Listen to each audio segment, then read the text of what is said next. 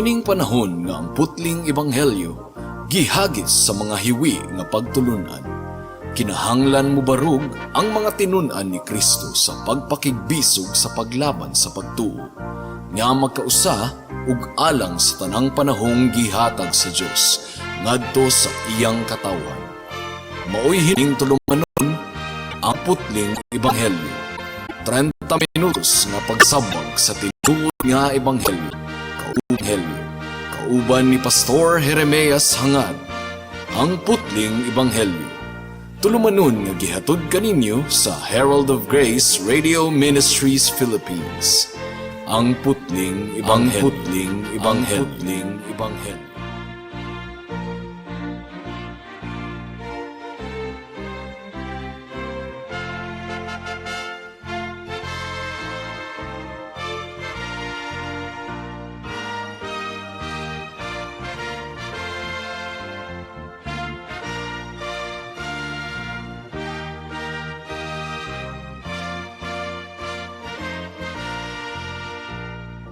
Special greetings sa tanang mga regular nga tigpaminawan sa atong panagsibya dinhi sa kahanginan ug espesyal usab nga pagpanimbaya sa akong 95 years old nga lolo nga si Isabelo Lauri Sr. nga naminaw karon. Alang sa pagpamalandong sa pulong sa Ginoo, please turn with me to Romans chapter 3 verse 12. Ang giingon dinhi mga kaigsuonan. Silang tanan mitipas, pulos silang nawad-an og kapuslanan. Walay nagbuhat ug matarong, wala bisag usa. May the Lord bless the proclamation of His word at this moment. So niini nga bahin sa atong pagtuon mga kaigsuonan, gilatag ni Apostle Paul ang universal nga pagkamakasasala sa mga katawhan. Ang tanan nakasala, mga Hudiyo ug mga Hintil, walay mas labaw kanila, ang tanan na ilalom sa sala. Mo kini giingon sa Roma kapitulo 3 bersikulo 9 hangtod sa 10. Ang giingon dinhi, unya unsa man mas maayo ba kita kaysa ilaha? Dili gayod sa bisag unsang paagi, tungod kay among napamatud-an ang parihong mga Hudiyo ug mga Hintil nga silang tanan ilalom sa sala sama sa nahasulat, walay matarong, wala bisag usa. So gibalik-balik ni Pablo kini nga pagtulunan mahitungod sa sala ug gibuhat niya kini sa nagkalain-laing pamaagi aron gayud mahimong tataw kini alang sa matag usa kanato. Sa pagwali mga kaigsuonan, nindot magyud nga gamito nato ang pagbalik-balik sa usa ka importante gayud kaayo nga topic. Matud pa ni Martin Lloyd Jones, the test of a good preacher is repetition. Because a preacher who does not repeat himself is a very poor one. He does not know his congregation. Ug isip magtutudlo mga kaigsuonan, we really know the value of repetition in order to emphasize a point. Ang kasalanan miresulta sa kahugaw sa kinaiyahan sa tawo. Niadtong nakasala si Adan, nahimo siyang dunot spiritually. Ug atong napanunod ang spiritual nature gikan kang Adan.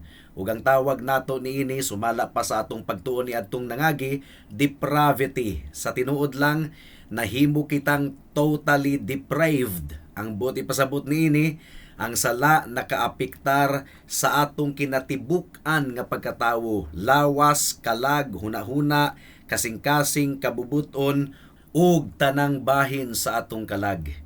So gipakatawo kita nga aduna gayoy kinaiya nga magpakasala. Ug niadtong miaging semana atong gitun-an kung giunsa pagputos sa sala sa atong kinatibuk-an nga pagkatawo. Walay bisag usa kanato mga kaigsuonan nga neutral. Kita duna gayoy gidapigan ug ang atong gidapigan mao ang sala. Romans chapter 3 verse 10 to 11 once again. Sumala sa nahasulat, walay matarong, wala bisag usa, walay nakasabot, walay nangita sa Dios. So walay bisag usa kuno kanato nga adunay espiritual nga pagsabot. In fact, dili gayud kita ganahan sa mga espirituhanon nga mga butang. Atong gidumtan ang pagsimba ug buot nato nga dili mailhan ang Dios kung kinsa siya sa atong kinabuhi. Walay bisag usa nga nangita sa Dios. Ang pasabot niini, wala gayoy ganahan sa Dios. Ug sa atong pagtuon sa verse 12 sa atong teksto niining taknaa mga kaigsunan, aduna na usay lain pang description mahitungod sa makasasalang katawhan. Sa atong pagbarog at tubangan sa Dios, mga kaigsunan, wala kitay bili, wala kitay pulos. Nahimo kitang walay kapuslanan. Ang giingon sa Romans chapter 3 verse 12. Silang tanan mitipas, kauban silang nawad-an og kapuslanan, walay nagbuhat og matarong, wala bisag usa. So gibalik-balik gayud kini ni Apostol Pablo sa atong pagtuon karon, atong tan-awon kung giunsa nga ang makasasalang katawhan wala gayoy bili, walay pulos at tubangan sa Dios. So una, atong balikan ang atong original nga kondisyon. Sa pagbuhat sa Ginoo sa tawo, mga kaigsuunan, sa wala pa kita nakasala, gibuhat kita diha sa hulagway sa Dios. Gibuhat kita nga maaniyag, gibuhat kita nga maayo, aduna kitay katakos nga maghunahuna og mga nindot nga hunahuna, ug aduna kitay katakos nga muhimaya gayud sa Dios. Ang atong hunahuna, ang atong paminsar, insakto gayud mahitungod sa Dios. Gibuhat kita diha sa pagkamatarong ug diha sa pagkabalaan, ug labaw sa tanan, mga kaigsunan, gibuhat kita nga adunay capacity nga muhatag og himaya sa Ginoo sa tanang mga butang. In fact, mougid na ang tumong nganong gibuhat sa Ginoo ang tanang mga binuhat niya aron siya mahimaya ug tinuod kana bisan pa sa creation, bisan pa sa kinaiyahan nga atong makita sa atong palibot. Ang tanang gibuhat sa Ginoo nagmantala sa kahimayaan sa Dios. Salmo kapitulo 19 bersikulo 1 ang giingon dinhi, ang kalangitan nagamantala sa kahimayaan sa Dios, ug ang kawanangan nagpakita sa buhat sa iyang mga kamot.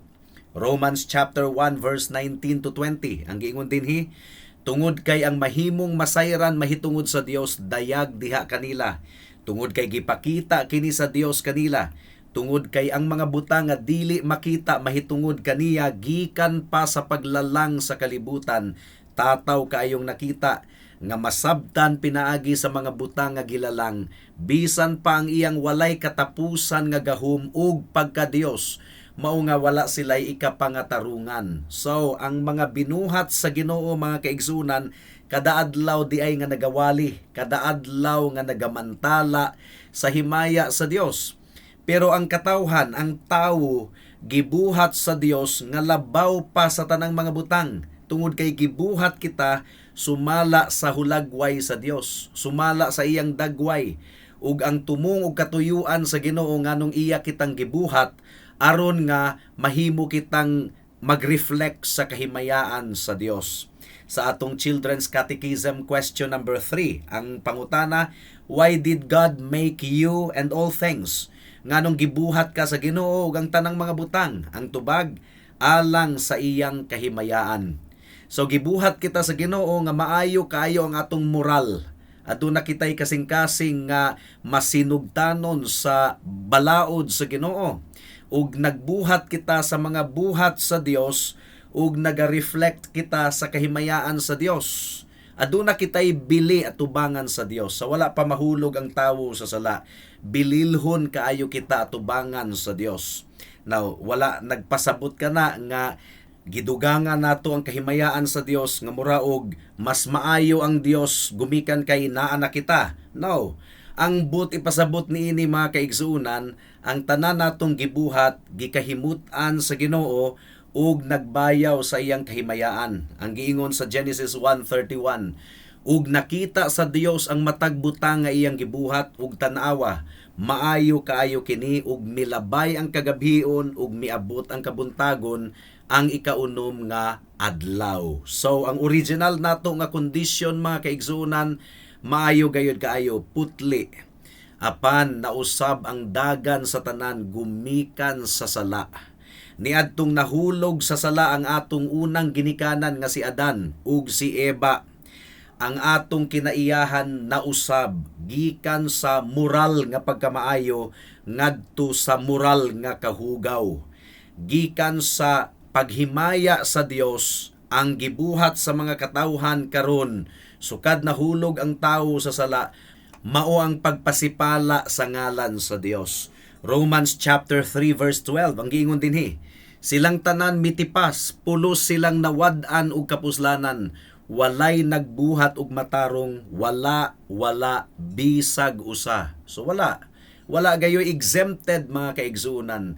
Kitang tanan mitipas sa dalan, mitalikod sa Ginoo, mibiya kita sa dalan sa pagkamatarong aron musunod sa sala, ug ang atong kinaiyahan makasasala na. Nahimo kitang mga anak sa pagsupak, ug imbis nga atong pangitaon ang kahimayaan sa Ginoo, determinado na ang tawo nga morebelde batok sa Dios ug mobaliko sa pagkamatarong ug pagkabalaan sa Dios. Ang tanang mga makasasala nahimong hugaw, nahimong polluted. Gidescribe kini ni Pablo sa Titus chapter 1 verse 15. Ang giingon dinhi, alang sa mga putli, ang tanang mga butang putli, apan alang kanila nga nahugawan ug walay pagtuo, walay bisag usa nga putli, apan bisan ang ilang hunahuna ug konsensya nahugawan. And again, this describes everyone, walay exempted mga kaigsuonan.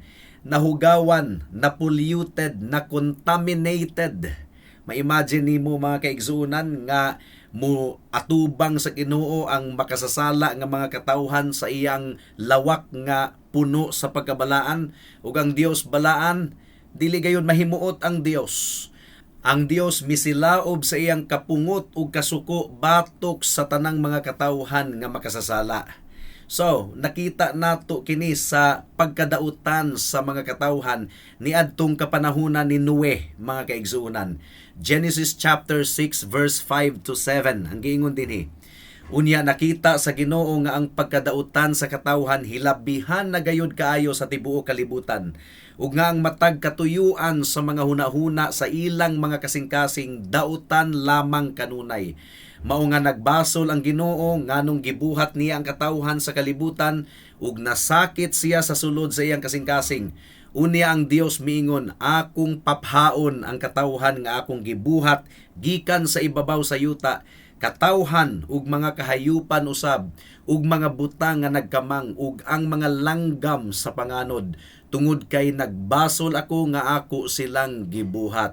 So you see, tibuo kalibutan walay exempted mga kaigsuonan. In other words, ang giingon sa Ginoo, wala kamoy pulos sa akong atubangan. Ang tanan nakasala walay hinungdan sa akong atubangan. So nahimo kitang walay bili atubangan sa Dios. Unprofitable in English language.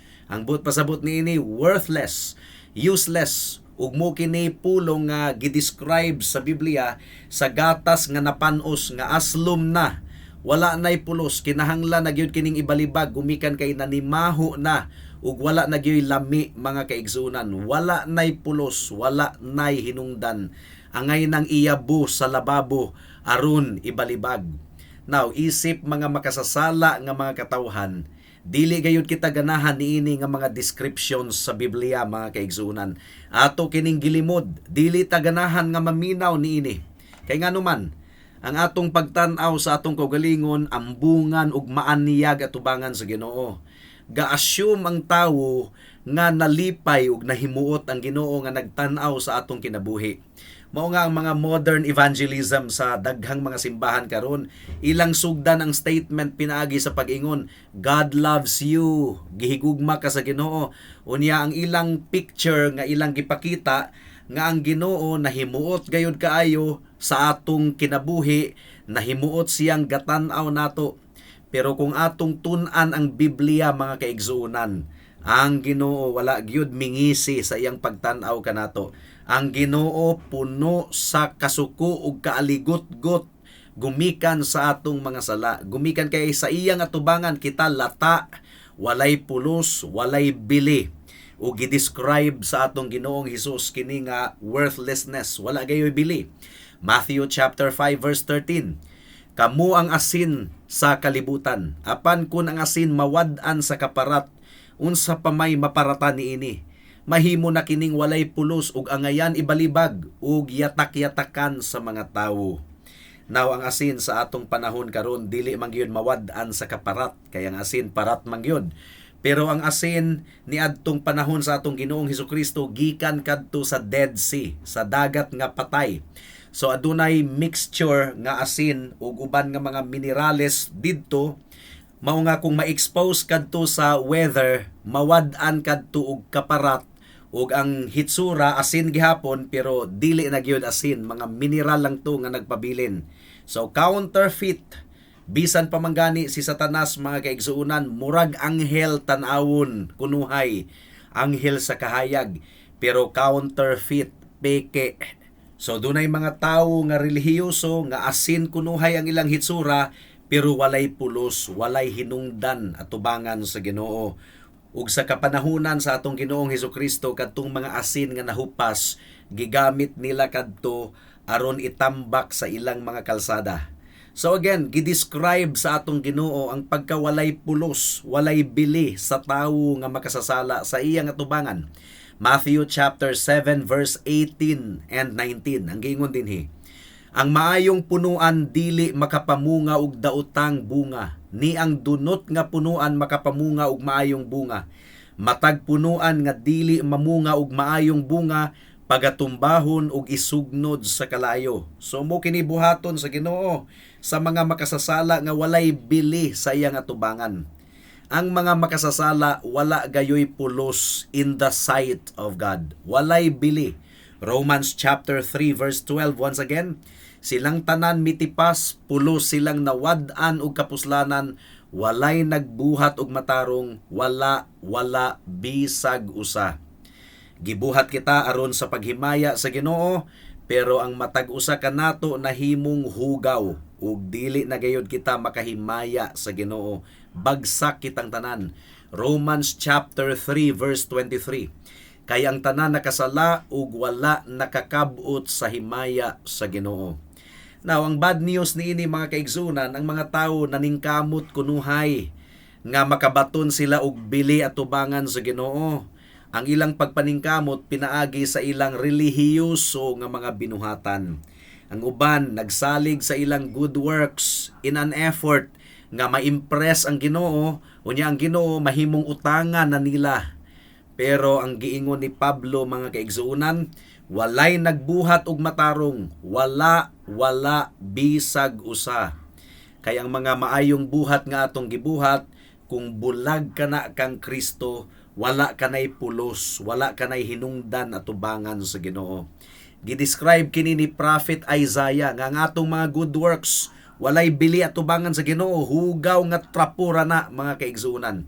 Isaiah chapter 64 verse 6 ang giingon dinhi, apan kaming tanan sama sa butang nga dili hinlo, ug ang tanan namong pagkamatarong sama ra sa hugawng trapo, ug kaming tanan malaya sama sa usa ka dahon, ug ang among mga kasalanan sama sa hangin mipadpad kanamo palayo.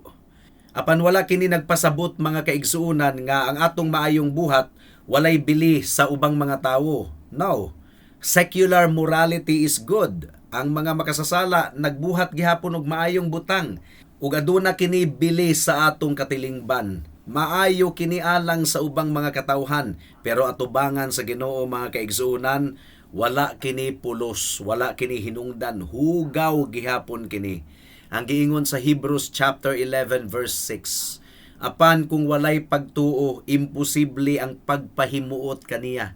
Tungod kay siya nga muduol sa Ginoo, kinahanglang mutuo nga siya mao siya, ug nga siya ang naghatag og ganti kanila nga makugihong nangita kaniya.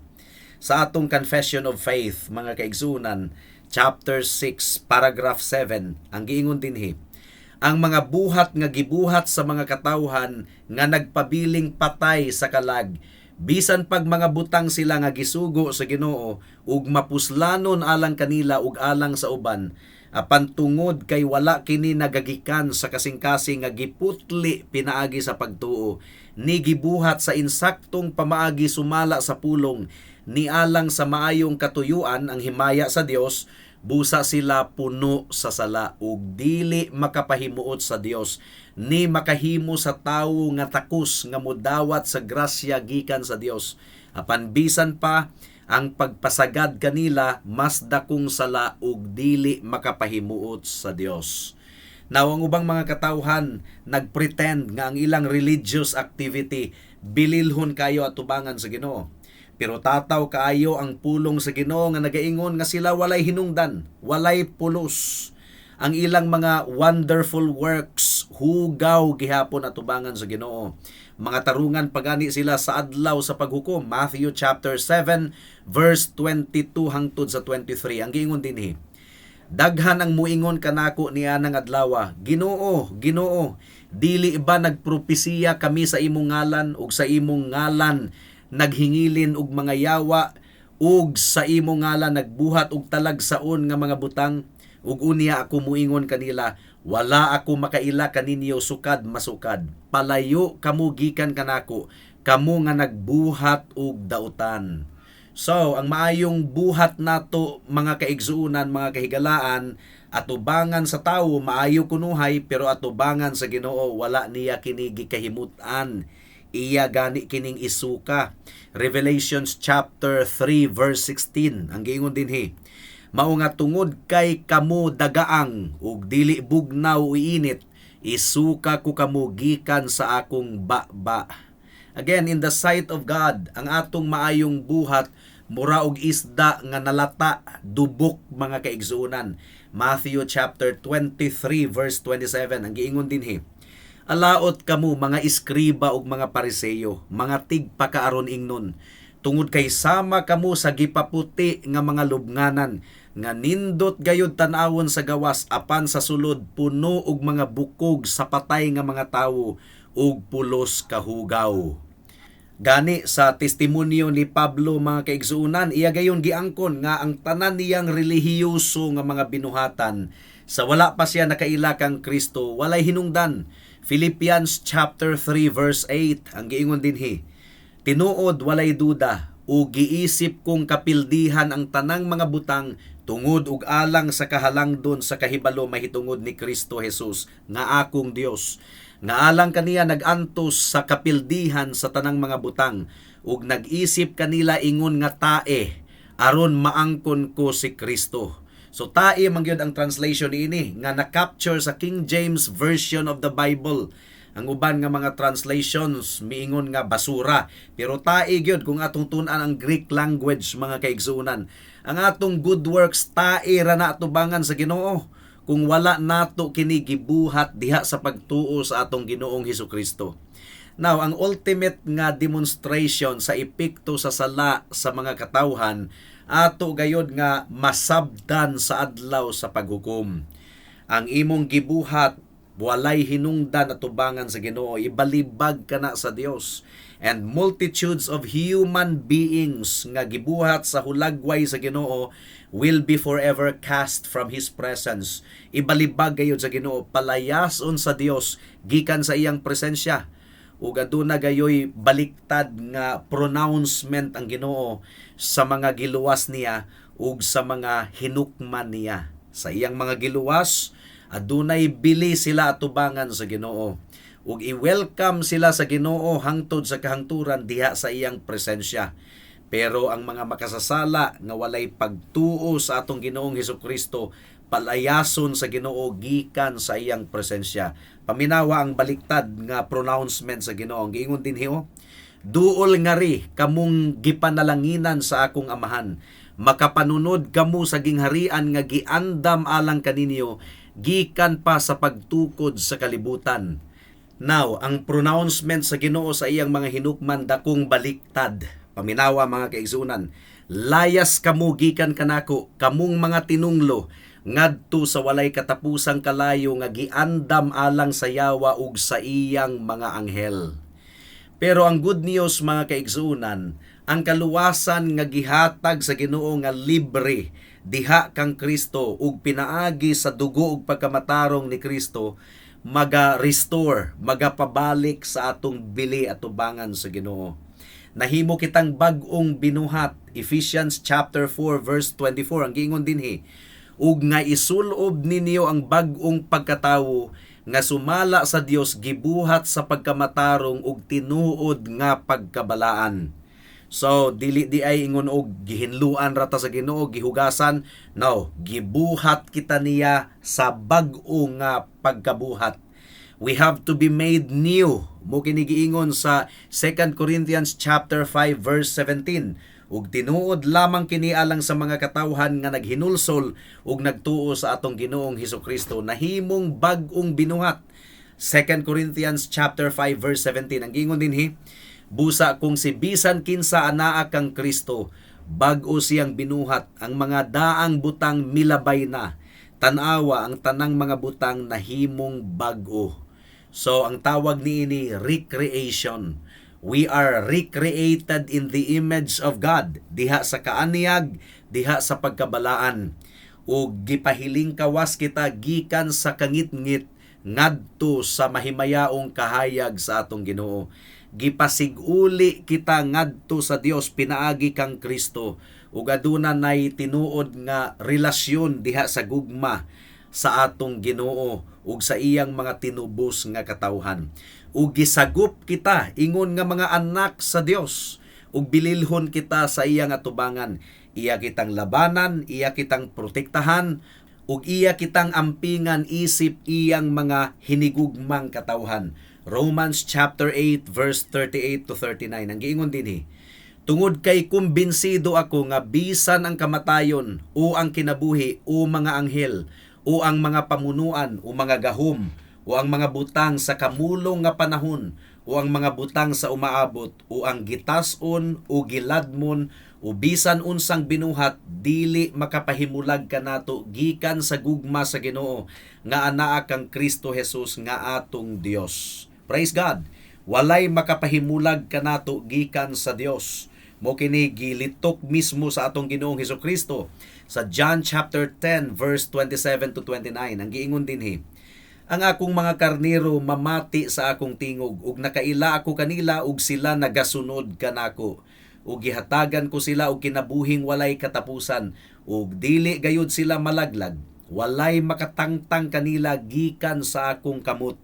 Ang amahan nga naghatag nila kanako labaw pa kay sa tanan, ug walay tawo nga makatangtang nila gikan sa kamot sa akong amahan. So, praise God. Ang kaluwasan naga-restore sa atong bili at tubangan sa Ginoo. Ug alang sa mga tinuod nga magtutuo, adunay duha ka butang nga atong ipabalon kaninyo. Nasabtan ba ninyo igsuon diha kang Kristo kung unsa gayud kadako ang kaluoy sa Dios? Gipanalanginan kita sa Ginoo sa iyang balaan nga pabor, nga ang giingon sa Ginoo kanato literally, you are my beloved, ikaw ang akong hinigugma, ikaw ang akong anak, bililhon ikaw sa akong atubangan. Now kung tinuod kini nga nahitabo kanimo igsuon, gumikan kay nahimo ikaw nga tinuod nga magtutuo sa atong Ginoong Hesukristo, naglikay ka na ba sa mga butang nga dulumtanan at tubangan sa Dios? Ang giingon sa Ephesians chapter 5 verse 8 to 11, tungod kay kangit-ngit kamo kaniadto, apan karon kahayag kamo diha sa Ginoo, paglakaw kamo ingon nga mga anak sa kahayag. Tungod kay ang bunga sa Espiritu anaa sa tanang pagkamaayo ug pagkamatarong ug kamatuoran, nga nagpamatuod sa kung unsa ang madawat sa Ginoo, ug ayaw kamo pagbaton ug panaglambigit sa mga walay bunga nga mga buhat sa kangitngit, hinunua badlunga sila.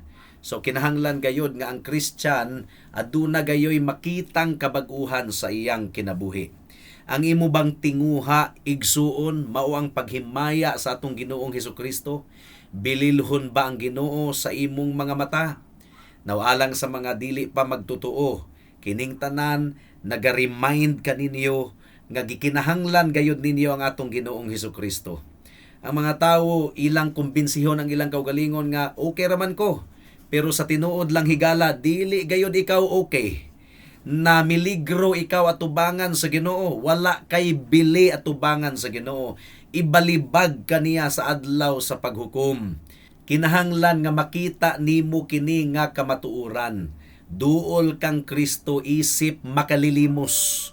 Wala ikay ikahalad sa Ginoo nga madawat sa iyang atubangan, bankrupt ikaw higala.